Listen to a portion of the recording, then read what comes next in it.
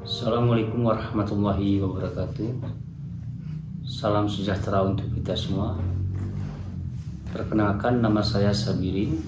Pendidikan S1 saya Ilmu Pemerintahan di Universitas Muhammadiyah Yogyakarta, dan menyelesaikan strata 1 saya pada tahun 2008. Sedangkan pendidikan S2 saya dengan program studi yang sama, yaitu Politik dan Pemerintahan di Universitas Gadjah Mada Yogyakarta, dan saya menyelesaikan studi pasca sarjana pada tahun 2017. Spesifikasi saya konsentrasi pada ilmu politik dan pemerintahan. Karir dosen saya dimulai pada tahun 2018. Saya bergabung menjadi dosen di Universitas Gajah Putih, Fakultas Ilmu Sosial dan Ilmu Politik pada program studi Ilmu Administrasi Negara. Mata kuliah yang saya ampu pada prodi Ilmu Administrasi Negara yaitu mata kuliah di semester ganjil. Yang pertama Governance Public Relation, kemudian Otonomi Daerah dan Politik Lokal Aceh. Yang ketiga Kapita Selekta Administrasi Publik. Pada semester genap saya mengampu mata kuliah Metodologi Penelitian Sosial di 2 prodi dan Analisis Kebijakan Publik. Untuk pelaksanaan trirama perguruan tinggi bidang pengajaran, sebagai seorang pendidik saya mampu memberikan pemahaman kepada mahasiswa melalui pembelajaran Merdeka Belajar Kurikulum Kampus Merdeka. Saya mengajar sesuai dengan rencana pembelajaran semester yang telah saya susun sebelumnya, sehingga dalam memberikan pelajaran di kelas, mahasiswa memahami dengan baik materi yang saya sampaikan. Dalam memberikan pembelajaran, saya menggunakan metode Student Centered Learning atau SCL, yakni model pembelajaran fokus kepada mahasiswa atau peserta didik. Untuk deskripsi mata kuliah yang saya ampu pada semester genap ini, itu saya mengampu 2 program studi, Ilmu Komunikasi dan Ilmu Administrasi Negara, dengan mata kuliah Metodologi Penelitian Sosial, yang dimana mata kuliah menjadi mata kuliah wajib pada semester genap dengan jumlah SKS 3 SKS. Mata kuliah ini merupakan mata kuliah khusus dan wajib di perkuliahan pada Ilmu Administrasi Negara dan Ilmu Komunikasi. Selanjutnya, mata kuliah ini membahas tentang asas dan lingkup penelitian ilmu sosial.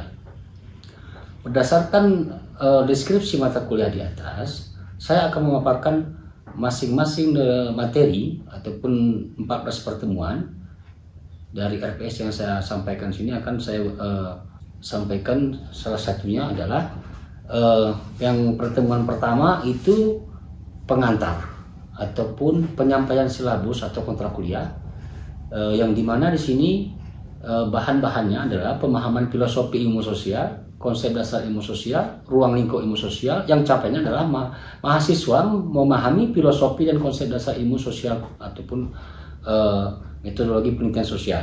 Kemudian pada pertemuan kedua, materi yang saya sampaikan adalah sifat keingintahuan manusia atau masalah sosial, yang di sini output yang diharapkan adalah mahasiswa mampu menggambarkan dan menjelaskan asas dan ruang lingkup penelitian ilmu sosial. Pada pertemuan ketiga, di sini saya memaparkan atau memberikan materi kepada mahasiswa. 1. Perkembangan ilmu pengetahuan dan teknologi. 2. Perubahan sosial dan pembangunan. 3. Relevansi ilmu sosial dan pembangunan. Yang di sini harapan outputnya adalah mahasiswa mampu menggambarkan dan menjelaskan perkembangan dinamika penelitian ilmu sosial. Di pertemuan keempat, materi yang saya sampaikan adalah 1. Karakteristik ilmiah. Yang kedua, das Solen dan das Sein dalam penulisan karya ilmiah. Kemudian struktur dan kriteria penulisan ilmiah, yang harapannya adalah output yang didapat oleh mahasiswa adalah mahasiswa mampu menggambarkan dan menjelaskan metode penulisan sebuah karya ilmiah. Pertemuan kelima yang diberikan materi oleh saya adalah pertama pendekatan kuantitatif, ketiga pendekatan kualitatif, kemudian selanjutnya pendekatan grounded. Nah, di sini outputnya adalah mahasiswa mampu menggambarkan dan menjelaskan ragam dan paradigma penelitian sosial. Pada pertemuan ke-6, materi yang saya sampaikan adalah tahapan penelitian kualitatif, kemudian pemahaman identifikasi masalah, kemudian rancangan usulan penelitian. Di sini harapannya adalah mahasiswa mampu menggambarkan dan menjelaskan rancangan penelitian ilmu sosial. Pertemuan ke-7, materi yang saya sampaikan adalah pentingnya landasan teori, konfirmasi teori, kajian pustaka yang relevan, yang di sini outputnya adalah mahasiswa mampu menggambarkan dan menjelaskan relevansi teori dalam penelitian sosial. Pertemuan ke-8 itu ujian tengah semester. Kemudian pertemuan ke-9 itu mengidentifikasi fokus penelitian, penentuan variabel, macam-macam variabel, kriteria variabel, yang di sini capaiannya adalah mahasiswa mampu menggambarkan dan menjelaskan ragam variabel dalam penelitian sosial.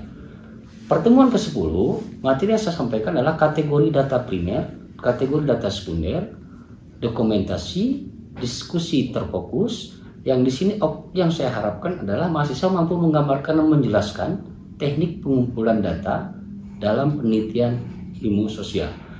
Pertemuan ke-11, materi yang saya sampaikan adalah teknik pengembangan minat dan motivasi penelitian, telaah buku, membaca realita ataupun fakta, kemudian mengangkat masalah yang menarik, unik, dan problematik. Di sini harapannya output yang ingin disampaikan adalah mahasiswa mampu menggambarkan dan menjelaskan prosedur umum dalam penelitian sosial. Pertemuan ke-12, materi yang saya sampaikan adalah pengertian validitas data, tingkat kepercayaan data, kemudian pengukuran rehabilitas data. Di sini harapannya mahasiswa mampu menggambarkan dan menjelaskan validitas data dalam penelitian sosial. Pertemuan ke-13, materi yang saya sampaikan adalah pengertian skala pengukuran dalam penelitian, teknik menentukan skala pengukuran dalam penelitian sosial. Di sini outputnya yang diharapkan adalah mampu menggambarkan dan menjelaskan skala pengukuran dalam penelitian sosial. Pertemuan ke-14, materi yang saya sampaikan adalah koleksi dan tabulasi data, display data, kondensasi data, verifikasi data.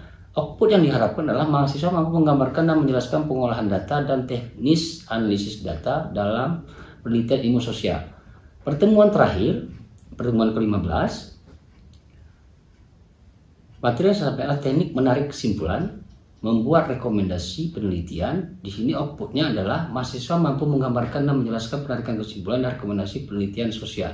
Nah, pada pertemuan terakhir ke-16, ujian akhir semester, saya memberikan tugas kepada mahasiswa untuk mempresentasikan hasil penyusunan proposal penelitian.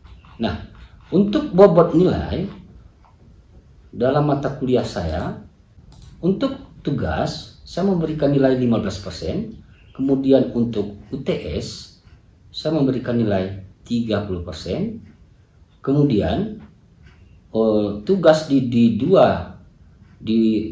tugas pertama itu 15% sebelum ujian tengah semester, kemudian ujian tengah semester 30%, setelah ujian tengah semester tugas kelompok 15%, kemudian di ujian akhir semester itu presentasi penyusunan proposal itu 40%. Berdasarkan apa yang saya paparkan sebelumnya, silakan melihat pada video pembelajaran yang saya laksanakan di kelas. Assalamualaikum warahmatullahi wabarakatuh. Waalaikumsalam warahmatullahi wabarakatuh. Bagaimana kabar rekan-rekan mahasiswa hari ini? Sehat? Ya. Untuk materi kita hari ini itu mantan materi sebelumnya terkait dengan tema tahapan-tahapan dalam penelitian. Ada yang sudah pernah meneliti belum? Belum. Ada yang sudah pernah membuat sebuah kerangka proposal? Belum.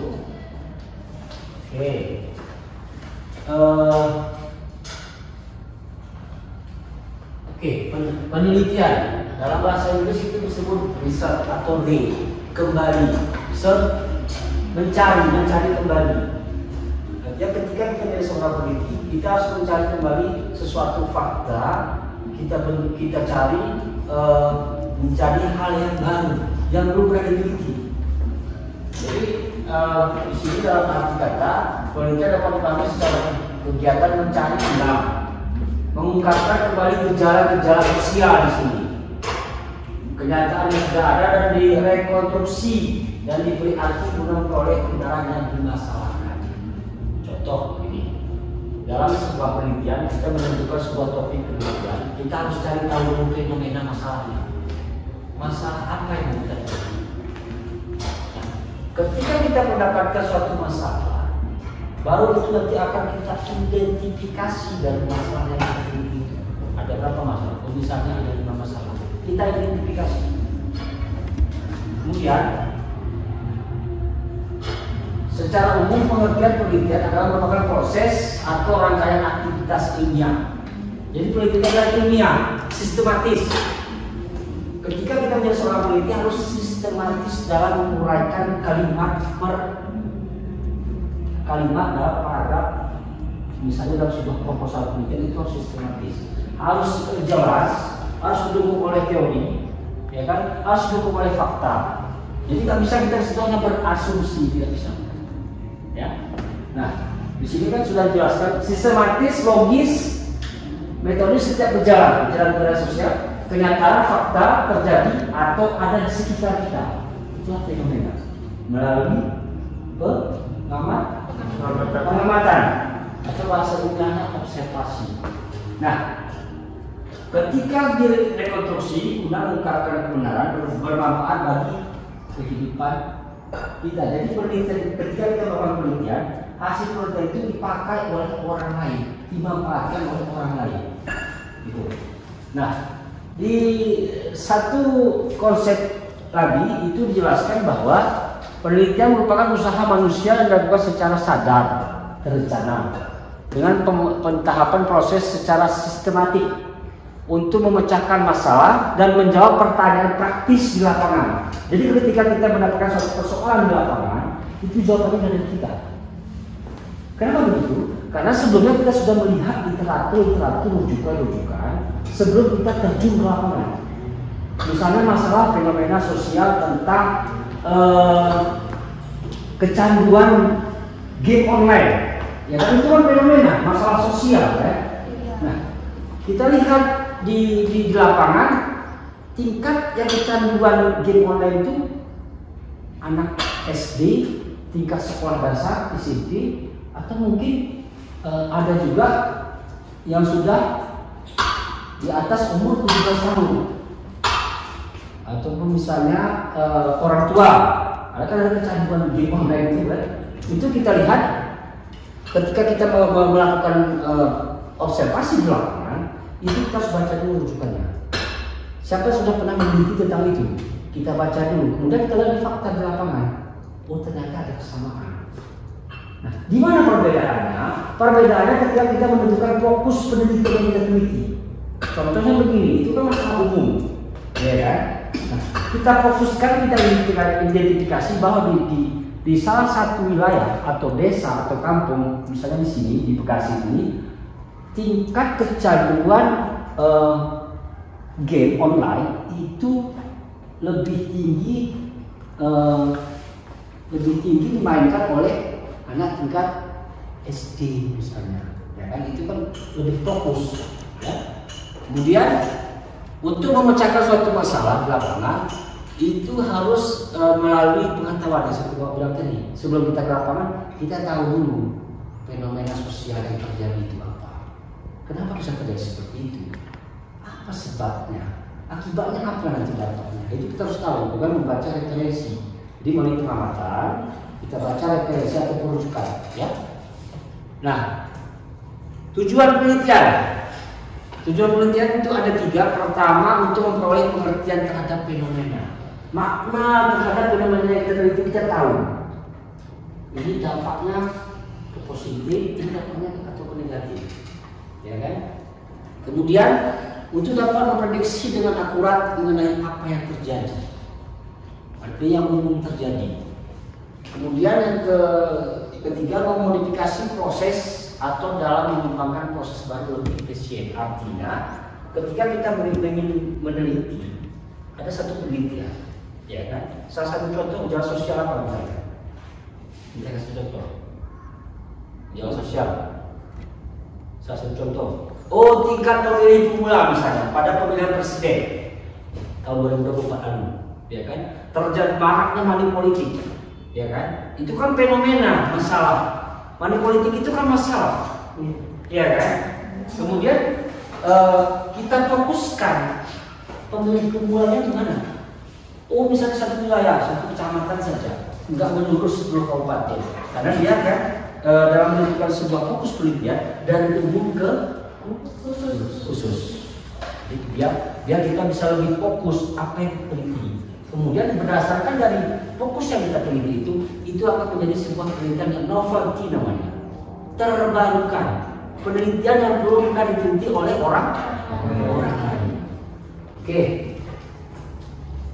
orientasi penelitian.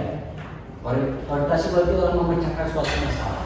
Jadi kita sebagai seorang peneliti harus memecahkan masalah, tapi yang sistematis. Artinya suatu penelitian diadakan karena ada masalah dan ada keinginan untuk memecahkan masalah tersebut secara ilmiah.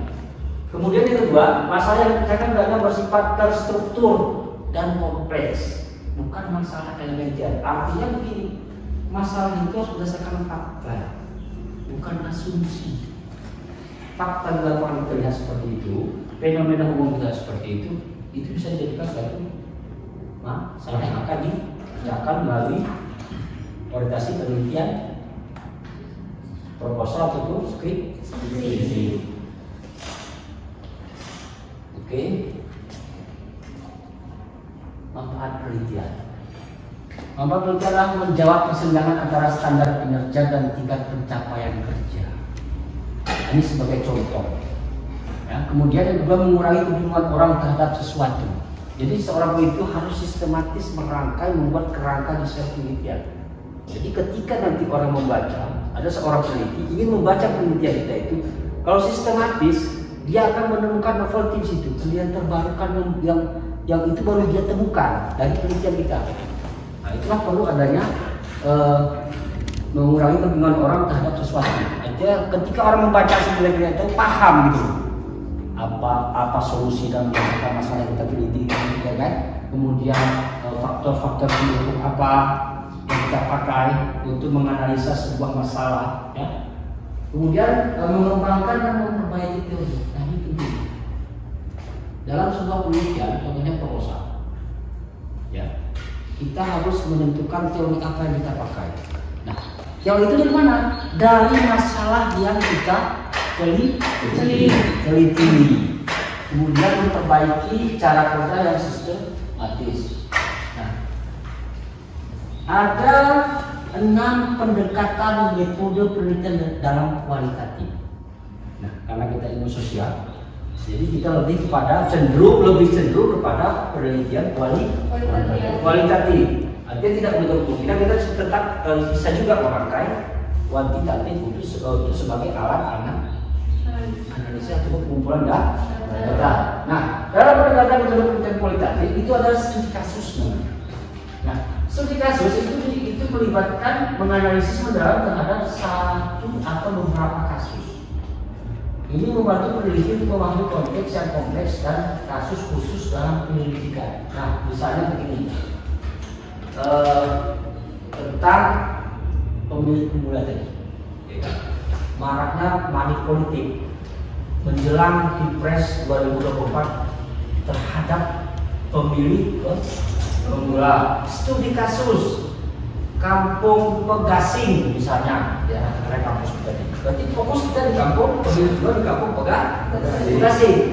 Artinya ada referensi atau rujukan yang lain, demikian orang lain tentang pemilih pemula, tapi berbeda objek dan lokasi dan berbeda karakteristik sosialnya berbeda, karakteristik sosial yang berbeda. Misalnya pemilih pemula di Sumatera Utara dengan di Aceh itu berbeda karakteristik, ya kan? Karakteristiknya dan budayanya, karakteristik pemilih maksudnya pemilihnya, ya kan? Kemudian pendekatan luar deskriptif ini sering kita pakai biasanya nih kalau untuk skripsi, kan sering kalian lihat kan? Deskripsinya adalah digunakan untuk memberikan gambaran yang rinci dan akurat tentang suatu fenomena, keadaan, gejala-gejala sosial di sekeliling kita itu fenomena, ya kan? Nah, di sini sering digunakan dalam penelitian ilmu sosial, untuk menggambarkan pola perilaku atau karakteristik sosial. Kemudian pendekatan ketiga, fenomenologi. Fenomenologi berkaitan berfokus pada pemahaman tentang pengalaman subjek individu terhadap suatu fenomena. Contoh begini, pengalaman seperti yang temannya tadi, dia ingin meneliti tentang sejarah, ya kan? Sejarah yang ada di sekitar putaran Danau Tawar, sejarah Putri Tugas. Itu sebuah legenda yang memang sampai saat ini itu tetap diceritakan dari generasi sampai generasi. Nah, melalui fenomena yang dia lihat, kenapa kemudian itu tidak dijadikan sebuah penelitian yang itu bisa menjadi penelitian yang fakta. Artinya situ ada budaya, ada nilai kearifan lokal yang disampaikan oleh pesan cerita itu tersebut. Cerita tentang Putri Tugas kan ada pesan moral di situ, ya kan? Ada nilai kearifan lokal di situ. Nah, itu bisa diterapkan dalam penelitian fenomenologi. Kemudian etnografi, pendekatan etnografi merupakan penelitian lapangan yang intensif dalam komunitas atau budaya tertentu. Nah, itu bisa kita lakukan penelitian, misalnya kita meneliti tentang nilai budaya Sumang misalnya, ya kan? Atau di aslinya kan terkenal dengan adatnya kuat kan, ya kan? Adat sebenarnya kan kuat. Kita meneliti tentang nilai kearifan lokal ini di Gayo misalnya, gitu kan? Itu melalui komunitas atau budaya tertentu, ya kan budaya Gayo dari situ kan. Kemudian peneliti mencoba memahami dan merekam secara rinci aspek kehidupan sehari-hari dari perspektif orang dalam budaya itu. Misalnya kita meneliti tentang Bidong, ya kan? Justru yang kita harus carikan informasi atau kita wajar itu adalah tokoh yang aktor yang main dalam Bidong itu sendiri, pelaku budayanya kita teliti, ya kan? Nah, itu penelitian etnografi, pelaku budayanya kita teliti, itu satu contohnya. Kemudian grounded theory, itu pendekatan ini fokus pada pengembangan teori baru berdasarkan data yang ditemukan dalam penelitian. Penelitian ini menggunakan pendekatan induktif dan mengidentifikasi pola dan tema data. Biasanya dipakai itu penelitian disertasi. Jadi antara teori itu atau grand teori dengan middle teori dan teori pendukung itu dibentukkan kemudian membentuk satu teori baru. Nah, itu dia. Nah, biografi, pendekatan biografi di mana untuk memahami perjalanan hidup individu atau kelompok. Ini melibatkan analisis naratif tentang pengalaman hidup dan peristiwa penting dalam kehidupan seseorang. Misalnya begini, kalian mau meneliti tentang sang maestro Muse, Pak A.M. Muse, yang menciptakan sebuah lagu Tawar Sedeng menjadi tawar lagu wajib di Kabupaten Jateng. Itu kan harus meneliti tentang biografi dia. Walaupun dia udah nggak ada, tapi kan kemudian dokumen-dokumen, ya kan? Kemudian produk-produk ataupun karya-karya kan dia masih ada. Nah, itu bisa kalian jadikan sebuah rujukan. Kemudian teman-teman dia ada sesama seniman, itu bisa mengambilkan informasi data. Ketika kalian mau melakukan pendekatan penelitian kualitatif melalui biografi, kalian membuat sebuah penelitian tentang biografi tokoh misalnya tokoh agama atau ulama atau tokoh budaya seperti yang Bapak sampaikan tadi. Nah, itu bisa juga. Itu masuk dalam biografi. Nah, pemilihan tema dan topik dan judul penelitian itu sangat penting. Tema penelitian diperlukan untuk mengarahkan ruang lingkup dan bidang telaah yang akan dipelajari oleh penelitian berkaitan dengan bidang ini. Nah, kita spesifikasi kita ilmu apa? Oh, misalnya ilmu komunikasi. Kita fokus kepada ruang lingkup ilmu komunikasi. Nah, misalnya kita ilmu administrasi negara, kita lebih fokus kepada ruang lingkup negara. Nah, tapi penelitian berkaitan dengan garis pembahasan, ini berkaitan dengan disiplin ilmu yang kita laksanakan hukum lihat. Nah, judul penelitian dimasukkan untuk memperjelas dan mempertajam ruang lingkup dan bidang telaah yang dari tema dan topik penelitian. Nah, ini sangat penting. Judul itu harus jelas, ya. Dalam membuat judul singkat, jelas dan logis. Jadi nggak usah terlalu panjang judul itu. Singkat dan logis. Tanpa ruang lingkup dan metode pembahasannya. Kemudian tanpa ruang lingkup objek yang kita teliti di mana. objeknya, ya. Berkaitan dengan tema dan topik penelitian. Jadi dalam judul penelitian itu di situ kita harus singkat judulnya, ya kan? Kemudian jelas dan sesuai dengan topik yang akan kita bahas di latar belakang masalah. Contoh yang di atas tadi, hubungan antara pemilih pemula pada Pilpres 2024 terhadap tingkat partisipasi pemilih pemula pada pemilu kada calon bupati, wakil bupati 2024 di Kabupaten Aceh Tengah. Nah, ini kan ada hubungan antara yang umum ke khusus. Artinya hubungan adalah partisipasi pemilih pemula pada masa Pilpres itu meningkat tidak terhadap calon presiden. Kemudian ditinjau dari ketika pemilu kada Kabupaten Tengah meningkat atau menurun. Nah, jadi kan belum bisa dikatakan meningkat karena belum kita teliti. Jadi salah satu contoh. Jadi kita fokus pada Kabupaten Aceh Tengah yang di atas itu umumnya Pilpres kan. Jadi pada partisipasi pemilih pemulanya. Nah, imbau ini juga kasih kebutuhan objektif atau belakang penelitian mendiskusikan gambaran mengenai hal-hal yang berkembang juga fakta. Jadi dalam latar belakang itu harus berdasarkan fakta di lapangan, kondisi masalah yang ada atau terjadi saat ini, ya. Kemudian yang kedua, arti penting penelitian yang akan dilakukan. Kemudian bagaimana kaitannya dengan tuntutan kebutuhan saat ini dan tuntutan perkembangan masa yang akan datang. Jadi penelitian kita itu saat ini kedepannya nanti itu akan dimanfaatkan oleh orang lain. Masa dimanfaatkan dalam arti kata menjadi rujukan lah penelitian kita itu. Ada solusi yang dari yang kita teliti nanti. Nah itu. Kemudian hal-hal strategis yang akan dicapai berkaitan dengan dilakukannya penelitian tersebut. Nah, apa capaian kita terhadap hasil penelitian kita itu? Oh misalnya penelitian kita tentang itu tadi pemilih pemula, partisipasi pemilih pemula itu dipakai menjadi rekomendasi atau rujukan oleh instansi misalnya KPU. Penelitian kita bagus, solusi yang kita tawarkan ini itu dipakai oleh mereka melalui misalnya kegiatan pendidikan politik. Mereka meminjam hasil penelitian kita untuk memberikan sosialisasi kepada masyarakat dan memberikan pendidikan politik bagi pemilih pemula. Jadi itu hasil penelitian ketika kita melakukan pemilahan hal-hal strategis yang akan dicapai yang berkaitan dengan dilakukannya penelitian yang kita teliti itu, ya. Nah, suatu masalah berbeda dengan fakta. Masalah sama fakta berbeda lagi. Fakta mengarah pada adanya kebutuhan objektif, latar belakang, fakta. Contoh, politik uang pada pemilu kada 2024 di Kabupaten Aceh Tengah sangat masif. Tahu tak masif? Terbuka. Adanya serangan pajar misalnya, ya kan?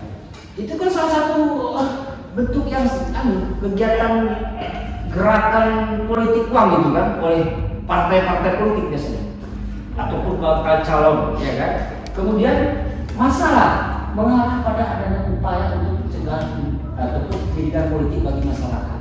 Nah, setelah ada fakta di lapangan, kemudian bagaimana memecahkan masalah yang terjadi? Misalnya, partai politik harus memberikan pendidikan politik kepada masyarakat. Partai politik harus memberikan pendidikan anti korupsi untuk kader-kadernya, biar jangan ada terjadi money politik. Kemudian partai politik harus melibatkan akademisi misalnya. Tahu akademisi kan? Akademisi LSM, ya kan? Untuk menghindari yang namanya politik uang, teman politik.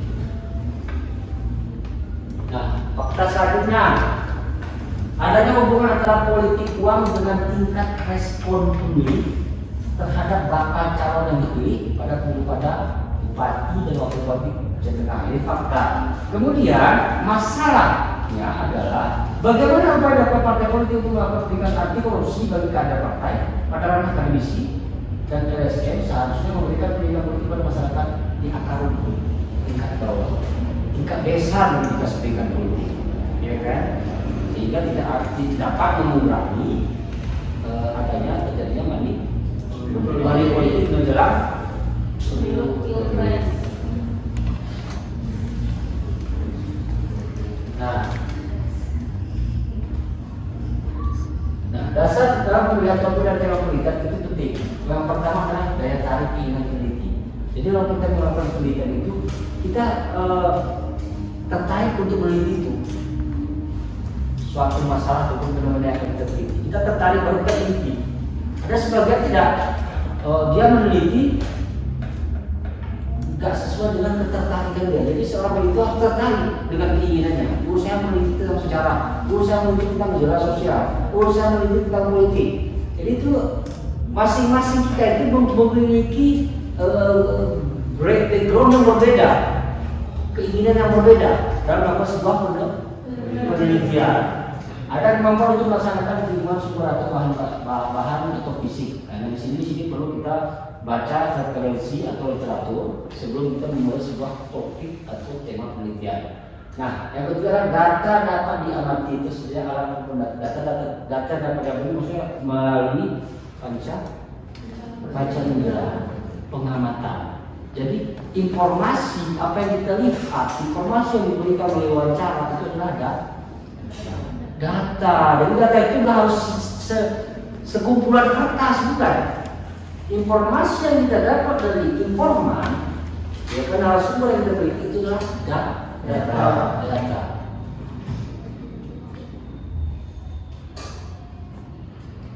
Nah, pentingnya perumusan masalah ini penting.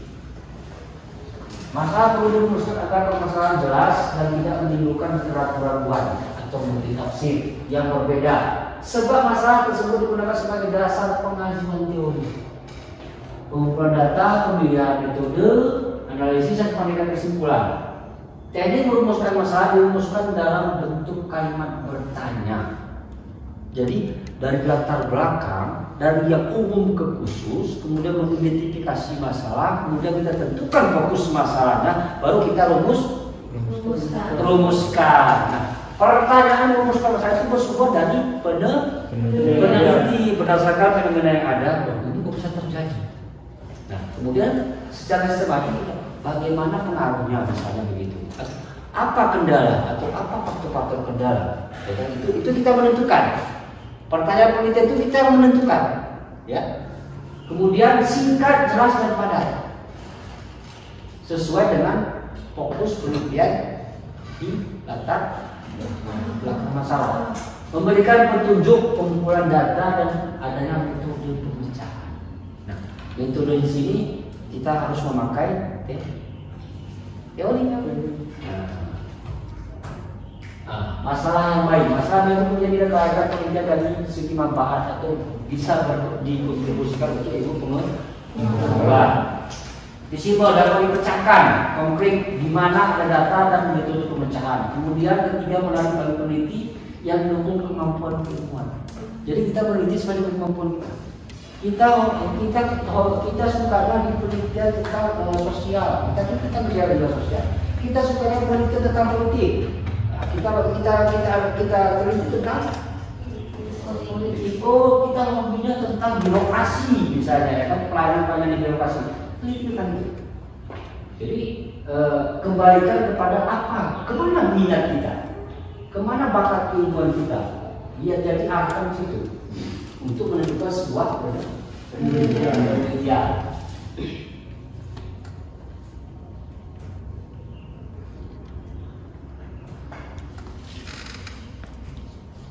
Studi pustaka, ini teori.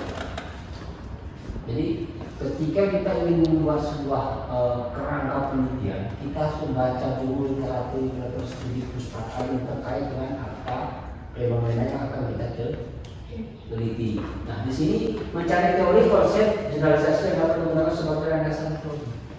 Kerangka baru penelitian akan dilakukan. Jadi ada 3 dalam menentukan sebuah kerangka teori yang kita pakai. Tergantung dari judul yang kita jadikan untuk sebuah penelitian. Nah, yang pertama adalah grand theory, teori induk. Teori utama yang kita pakai untuk memecahkan suatu persoalan dalam penelitian itu adalah teori induk. Misalnya, contoh Misalnya contohnya masalah dampak dampak pelayanan administrasi di dampak kinerja pelayanan pegawai, ya, kinerja pegawai dalam memberikan pelayanan di kantor camat misalnya, ya kan? Nah, di situ kita harus lihat dulu grade teorinya dari kita pakai, berarti itu adalah kinerja. Nah, di situ, oke, di situ nanti ada indikator-indikator apa aja kinerja itu di dalam teori yang kita pakai. Itu satu nilai teori. Kemudian nilai teori pendukung yang kita pakai. Oh, misalnya pelayanan, apa aja yang kita pakai itu. Kemudian yang ketiga, teori pendukung satunya lagi itu lebih kepada apa yang akan kita pakai untuk alat analisis teorinya siapa. Oke. Nah, oke, observe. Nah, dalam pengumpulan data itu ada kualitas dan realitas dan kualitas dan data ukur saja, tapi juga bagaimana cara pengumpulannya. Nah, beberapa aspek pengumpulan data adalah data apa yang dikumpulkan. Misalnya kita dulu tentang pelayanan, ya kan? Data apa yang kita kumpulkan? Data dari penerima pelayanan termasuk, contohnya masyarakat, pemberi pelayanan terhadap yang menerima pelayanan. Berarti yang kita ambil adalah data dari penerima pelayanan. Kemudian selanjutnya, dengan apa data itu dikumpulkan, dari mana data tersebut dikumpulkan, kapan data tersebut dikumpulkan, dan bagaimana cara mengumpulkannya. Ya. Jadi situ ada 3 metode pemeriksaan. Pertama, observasi, wawancara, dan dokumentasi.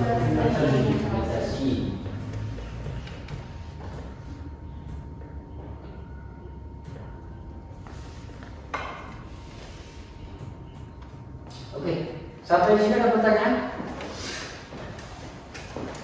Silakan. Apa fungsi teori dalam sebuah proposal penelitian? Ya.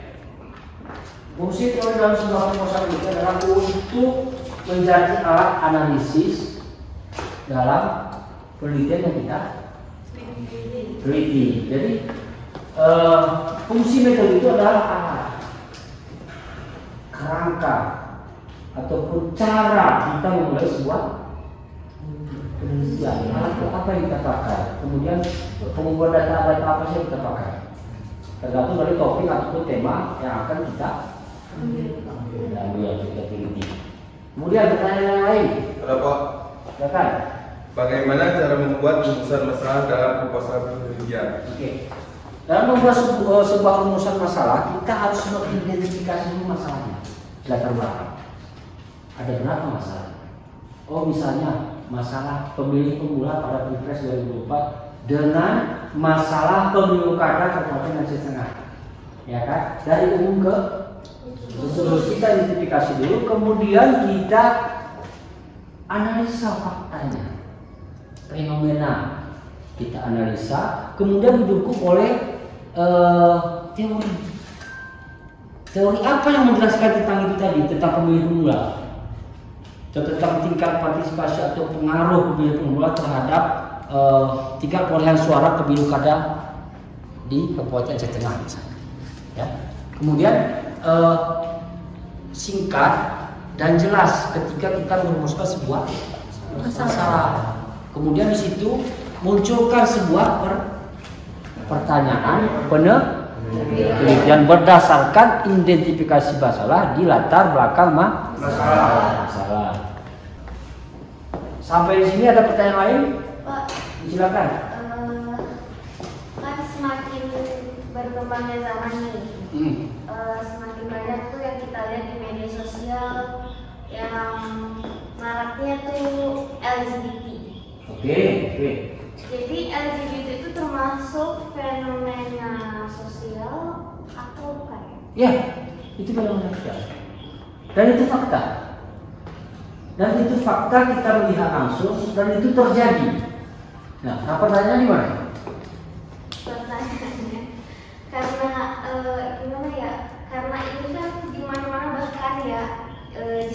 kita juga mungkin ada gitu. Jadi gimana cara kita untuk mengurangi fenomena sosial itu, Pak? Mengurangi, mengatasi. Itu akan menjadi sebuah rujukan penelitian kamu. Bisa jadi. Oke, dari literatur-literatur yang kamu baca, apa yang sudah menjadi upaya pencegahan terhadap maraknya fenomena itu kan fenomena sosial? Itu kasusnya di mana? Kalau saya lihat tuh kalau pencegahannya secara dihukum gitu Pak atau apa gitu. Kalau secara agama kan biasa harus dihukum Pak kan. Oke. Tapi malah itu menyebabkan masalah lain gitu. Oke, masalahnya? Masalahnya gimana ya jelasin? Oke, solusinya begini. Ketika ada fenomena sosial seperti LGBT, itu kan masalah sudah masalah global, mendunia. Bahkan ada beberapa negara itu melegalkan, ya kan? Seperti Jerman itu kan melegalkan, seperti Perancis, ya kan? Nah, kita ini upaya yang dilakukan oleh pemerintah itu adalah melibatkan semua stakeholder, terutama tokoh agama, tokoh budaya. Kan kita ini kan beraneka ragam suku. Setiap suku itu punya nilai, tindakan preventif, nilai. Kayak kita misalnya, kita punya nilai sumbang, itu tindakan preventif kita. Kita punya kanun, Aceh itu punya kanun. Membuat kanun itu kan melalui pencegahan, bukan dihukum secara menggunakan hukum agama dirajam, tidak. Diberikan pengarahan. Ada komunitasnya, dibimbing, dibina, dikasihkan akses fasilitasnya, diberikan pembinaan pendidikan agama, ya kan? Jadi berbagai macam itu bisa dilibatkan dari unsur budaya, agama, dan pemerintah sendiri. Jadi ketiga elemen itu harus bersinergi untuk menuntaskan ataupun mencegah. Kalau menghilangkan tidak mungkin. Mencegah atau meminimalisir terjadinya ataupun maraknya fenomena LGBT di sekitar kita. Gitu. Paling itu. Pak, silakan. tadi kan Bapak sempat menyinggung bahwa tujuan dari sebuah penelitian adalah memperbaiki atau mengubah sebuah teori. Kan begitu. Nah, hal apa, indeks apa yang harus dilakukan untuk bisa mengubah suatu teori atau membatalkan teori ini? Oh, teori ini salah dan teori saya benar. Bagaimana cara membuktikan teori saya benar sedangkan saya masih baru belajar meneliti begitu Pak? Oke. Nah, makanya kemudian ketika kita ingin mengubah ataupun membenturkan atau membantah sebuah teori, itu kita harus melakukan penelitian dulu. Jadi langkah awal yang kita lakukan adalah pengamatan. Kemudian mengumpulkan literatur, ya kan? Kemudian kita terjun ke lapangan. Jadi dari dalam meneliti itu kita tentukan adalah waktu. Ketika kita meneliti sebuah tema tentang sejarah misalnya, itu kan membutuhkan waktu yang panjang dan membutuhkan beberapa pendekatan yang kita pakai. Seperti tadi ada fenomenologi kita pakai, etnografi kita pakai, bagaimana budaya yang ada di sekitar itu. Kemudian bagaimana nilai yang disampaikan di dalam sejarah yang kita dengar saat ini, nilai apa yang disampaikan. Misalnya dalam moral, salah satunya misalnya seperti berbicara dengan orang tua itu tidak boleh kasar. Itu kan nilai budaya yang diturunkan. Kemudian dalam bermusyawarah itu harus tertib bermajelis. Artinya kita jangan membantah ketika seorang ingin bertanya, oh kamu salah, tidak boleh. Dalam nilai budaya itu ada menghargai pendapat orang lain. Ketika kita ingin mengubah ataupun membantah sebuah teori, kita harus melakukan penelitian mendalam dulu. Jadi kita tidak cukup hanya pada gap interview, tidak cukup hanya pada penelitian wawancara awal, cukup. Kita harus detail meneliti lebih dalam tentang masalah yang kita teliti. Nah, ketika kita telah teliti, kemudian kita analisis melalui teori yang ada. Oh, teori ini berarti tidak sesuai. Teori ini tidak sesuai. Contoh, adat dan budaya itu kan berbeda, suatu hal yang berbeda. Adat itu apa? adat itu sesuatu yang diwariskan secara turun-temurun. Itu budaya. Itu budaya. Adat itu ada kebiasaan di dalam masyarakat itu. Itu juga budaya. Ya, adat dan budaya, gaul itu berbeda. Adat itu adalah dia menciptakan sebuah produk hukum. Apa produk hukumnya? Nilai summa misalnya kan, ada 4 kecelakaan. Itu kan salah satu pedoman, pondasi, ya kan? Kemudian tertib bermajelis. Contoh, slogan Kabupaten Aceh Tengah, keramat lupakan. Itu kan slogan pemerintah kabupaten. Di lambang Pemda juga. Apa itu keramat lupakan? Itu adalah nilai budaya, itu adat. Nilai adat, maaf, bukan budaya, itu adat. Nilai adat yang termaktub atau menjadi pedoman, menjadi pondasi oleh pemerintah daerah. Segala sesuatu itu harus secara bergotong dan bermusa untuk mencapai suatu tujuan yang berbeda dengan budaya. Ya, kalau budaya bisa dipengaruhi oleh akulturasi budaya lain. Tapi kalau ada nilai yang sudah terkandung di dalam suku ataupun suatu nilai, itu tidak bisa dihilangkan. Contoh Bali. Bali punya pecalang, polisi adat. Ketika nanti ada acara adat, tidak boleh ada turis-turis di sekitar objek wisata. Itu pecalangnya yang turun. Itu berlaku hukum adat. Itulah namanya adat. Berbeda dengan budaya. Budaya itu kebiasaan, hasil karya cipta manusia. Kata calon ningrat kita bantah, yang seperti yang bilang tadi. Berbeda dengan suku Gayo. Kalau menurut suku calon ningrat, budaya itulah ini. Kalau suku Gayo berbeda.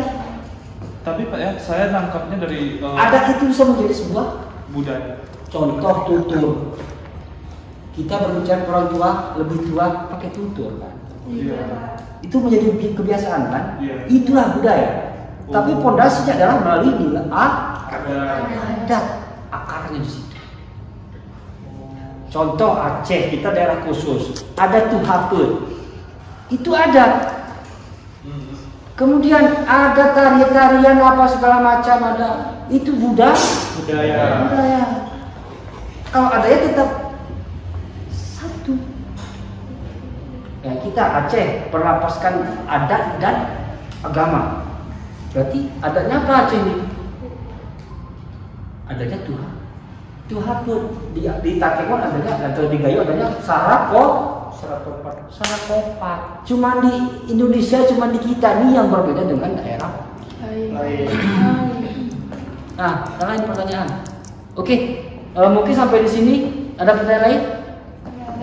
Cukup Pak. Oke, terima kasih. Sampai ketemu lagi pada pertemuan selanjutnya. Assalamualaikum warahmatullahi wabarakatuh.